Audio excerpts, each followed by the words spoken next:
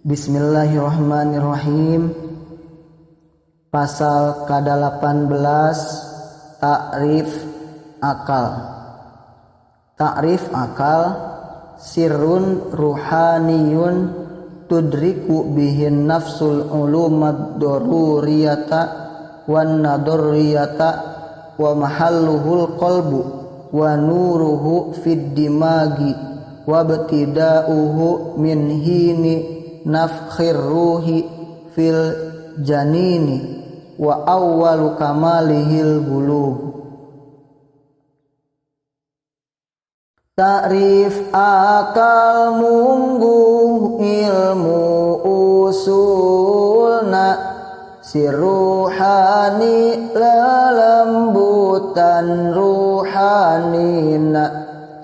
anu dipake ku manusia manggihkeun ilmu hese jeung babari kapanggihkeun padumukan akal dina sanubari cahya akal mancar dina otak fikri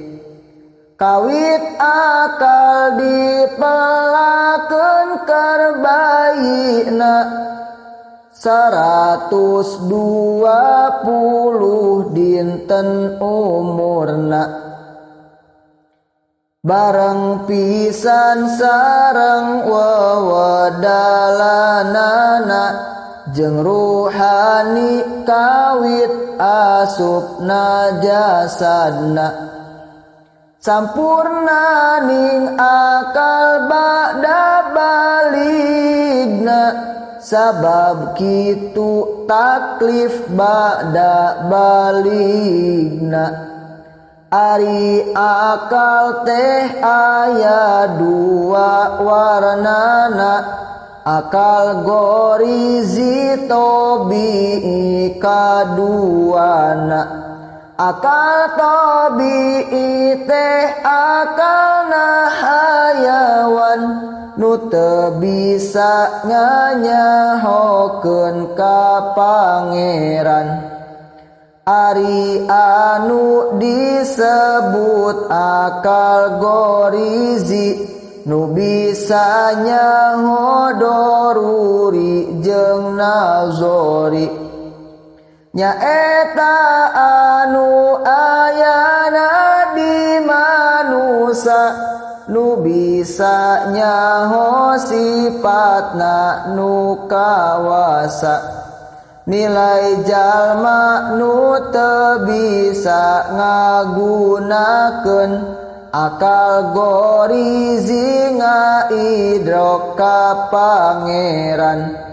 sami hayawan nu ungkul tabiina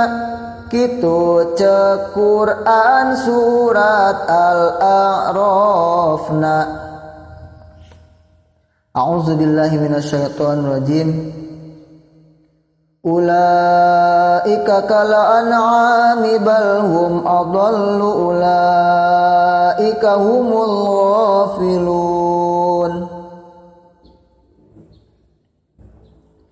Ari itu kafir-kafir sami pisan dina pada teu iman cara hayawan